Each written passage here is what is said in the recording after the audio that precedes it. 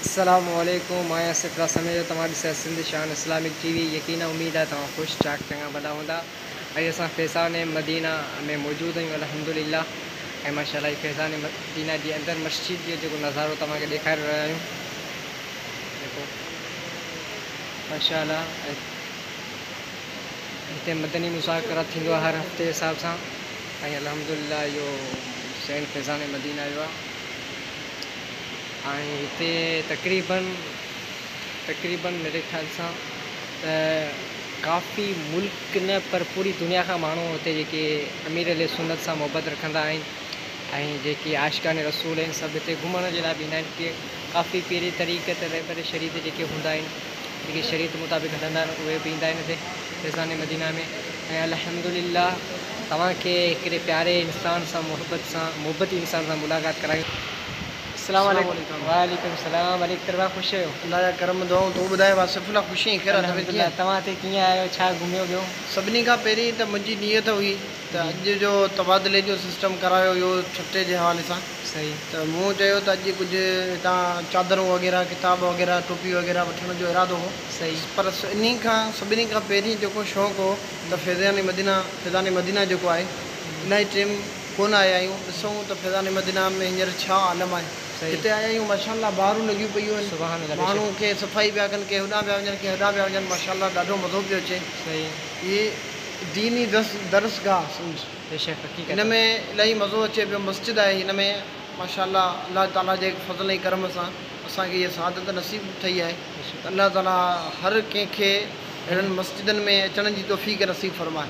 हीअ त फैज़ान मदीना मस्जिद आहे पर हर मस्जिद में अल्लाह साईं असांखे अचण जी तौफ़ीक़ नसीब फरमाए। ऐं अल्लाह साईं हर इंसान के हर मुस्लमान के मदीने शरीफ़ जी हाज़िरी नसीब फरमाए। हिन फैज़ान मदीना जे सदके अल्लाह साईं हर मुस्लमान के मदीने वारे आका जो दीदार नसीब फरमाए। मदनी करीम जे दरबार में वञण जी तौफ़ीक़ नसीब फरमाए। तव्हां यकीन हूंदो त तव्हां हिते आया हूंदा सभई बेशक पर तव्हां जेकॾहिं न आया त तव्हां भले अची इहे नज़ारा ॾिसी वञो। अल्लाह ताला जे वलीअ जो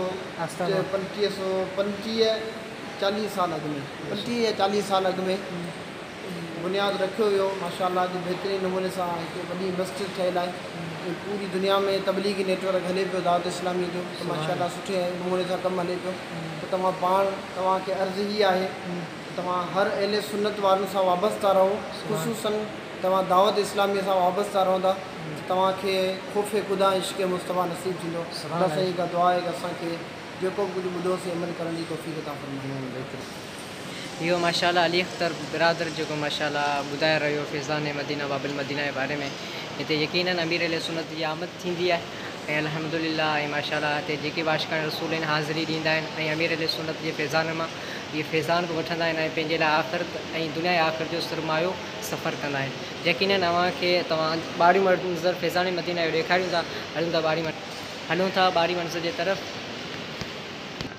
यकीन इहो फैज़ान मदीना जो ॿाहिरियों मंज़र ऐं माशाअल्लाह अली अख्तर अची रहियो आहे। सुभान अल्लाह साईं जन खे केतिरो मज़ो पियो अचे साईं तव्हांखे? ॾाढो मज़ो पियो अचे। सुभान काढ़े में बि मज़ो पियो अचे। सुभान अल्लाह साईं जन चवनि पिया कारो पाए गर्मी पाए उस पाए सुभान अल्लाह। हेठि कैमरा कर। हीअ टाइल अहिड़े क़िस्म जो आहे जेको हिन में केतिरो बि काड़ो हुजे पर हीअ टाइल गरम न थींदो आहे। बेशक बहितरीन वारो टाइल लॻल आहे। ऐं बिल्कुलु केतिरी माना माशाअल्लाह बहितरीन नज़ारो आहे अल्हम्दुलिल्लाह। तव्हां सभु ॾिसी रहिया आहियो। आशिक़ रसूल खे मज़ो ईंदो न बिल्कुलु जेको आशिक़ रसूल हूंदो फैज़ान मदीना न ॾिठो हूंदो पर जल्दी हिते फैज़ान मदीना में अची ऐं मज़ो वठंदो। सुभान अल्लाह